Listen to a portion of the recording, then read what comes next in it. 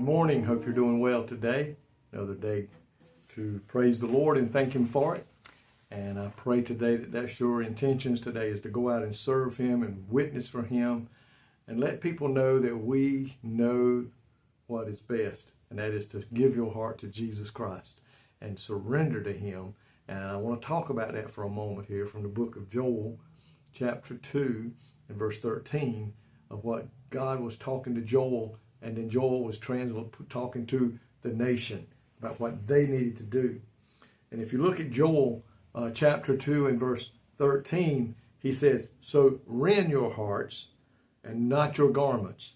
Return to the Lord your God, for He is gracious and merciful, slow to anger, great of kindness, and He relents from doing harm." Jesus has no desire to come in and just wipe us off the face of the earth. He has no desire for us to die and go to hell. He didn't make hell for us. The Bible talks about that He is long-suffering to us. It is not His desire that anyone should die and go to hell. Because you see, when Jesus came down here and died on that cross, He died for every man, woman, boy, and girl that has ever been born on the face of the earth. And He's calling for the nation to come with broken and contrite hearts. In other words, to be sorrowful, truly sorrowful for the sins that they had done, for the things they had turned their back to Christ and went out and done, worshiping idols and marrying these people from other nations that were enemies to Israel.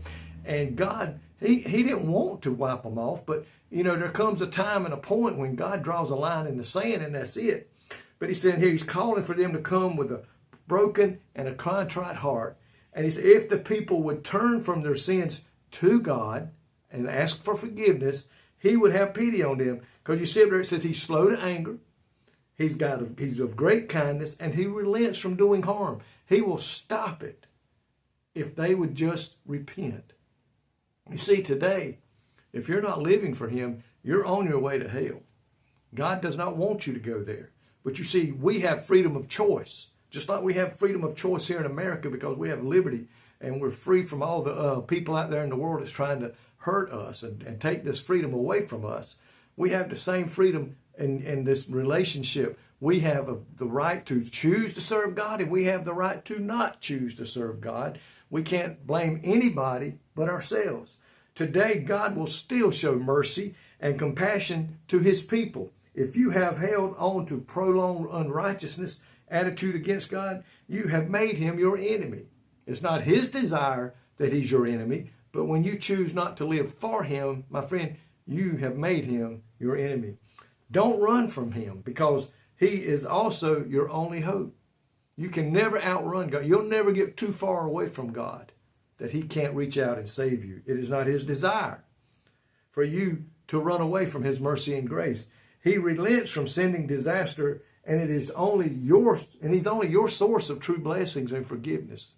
So today, think about it. We are told in Psalms that the Lord is nigh unto them that are of a broken in heart, and saveth such as be of a contrite heart. If you will just commit to that, you draw nigh unto the Lord with a broken heart and a contrite heart. It says He will save you.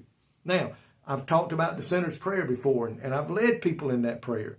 And the Bible talks about it, that if we will pray that prayer, we can be saved. But the catch is, you got to mean it.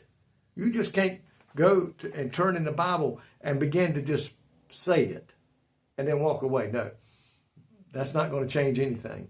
Your heart must be sincerely broken. You must be truly sorry for your sins. You must admit that you are a sinner. People that go to be helped when they've got all kind of addictions, they can't even start helping them until they admit they've got a problem. You have to admit that you're a sinner, and then make Jesus Christ the Lord and Savior of your heart. Tell Him that you believe He was the Son of God, and that He is the Son of God, and that He died on a old rugged cross, that you could be forgiven of your sins and they be covered by the blood. If you'll do that, my friend, today, you can be saved.